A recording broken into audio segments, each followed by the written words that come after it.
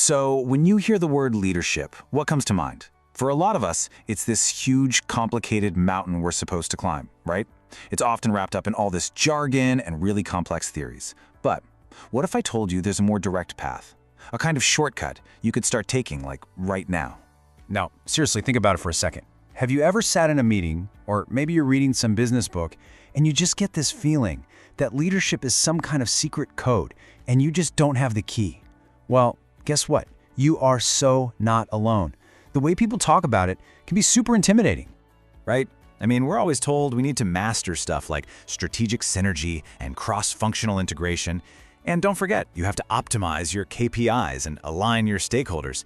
It all just sounds exhausting, doesn't it? And let's be real, it makes the whole idea of leadership feel totally disconnected from what we actually do day to day.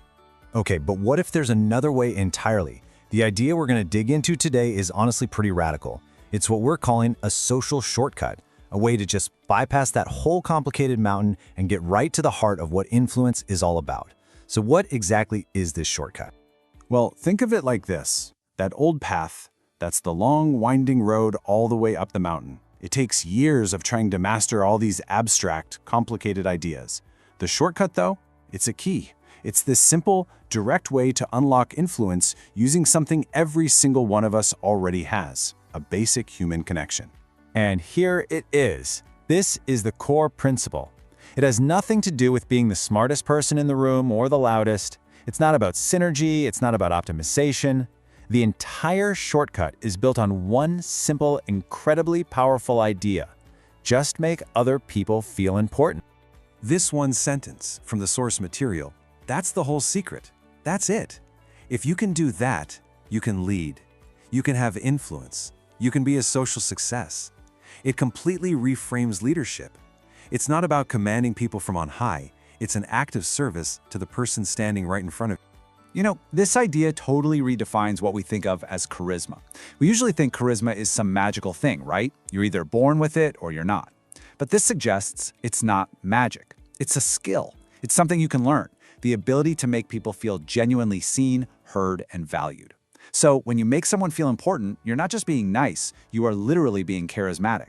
Okay, so if making people feel important is the goal, then what's the tool we use to do it? Well, it's something most of us do every single day, and we completely, totally underestimate its power. It's small talk. And let's be honest with ourselves here. Most of us, we kind of hate small talk, don't we? We see it as this awkward, meaningless chore, just filler conversation about the weather.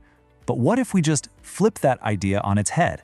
What if we started seeing small talk as a strategic leadership tool, a chance to build real rapport and actively make the person we're talking to feel important? So, the big question is, how do we actually do that? How do we turn this chore into a tool? Well, the source material gives us a really practical framework for it. It's called Simple, Non-Fluff Interactions, and it's all about turning those empty, pointless conversations into moments of real, genuine connection. And the best part? The method is surprisingly simple.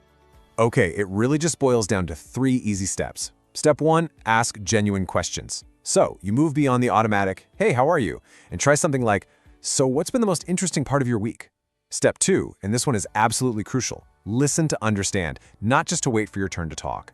Give them your full, undivided attention. And finally, step 3, connect on a human level. Just a simple, "Wow, that sounds fascinating. It actually reminds me of..."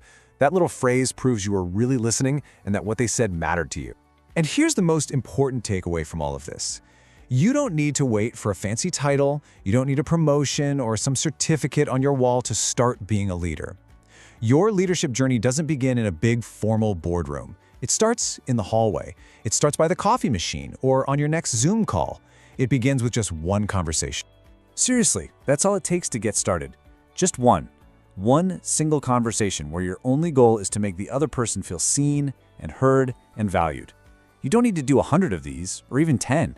Just start with one. That's how you start building this leadership muscle. At the end of the day, this quote from the source material really just says it all. Mastering small talk is a shortcut to success. See, this isn't just about being friendly or being nice. It is a strategic approach to building real influence. When you master these simple, non-fluff interactions, you are literally laying the foundation for genuine leadership. So I'm going to leave you with this final thought. For just a moment, Forget about stakeholder alignment. Forget about optimizing your KPIs.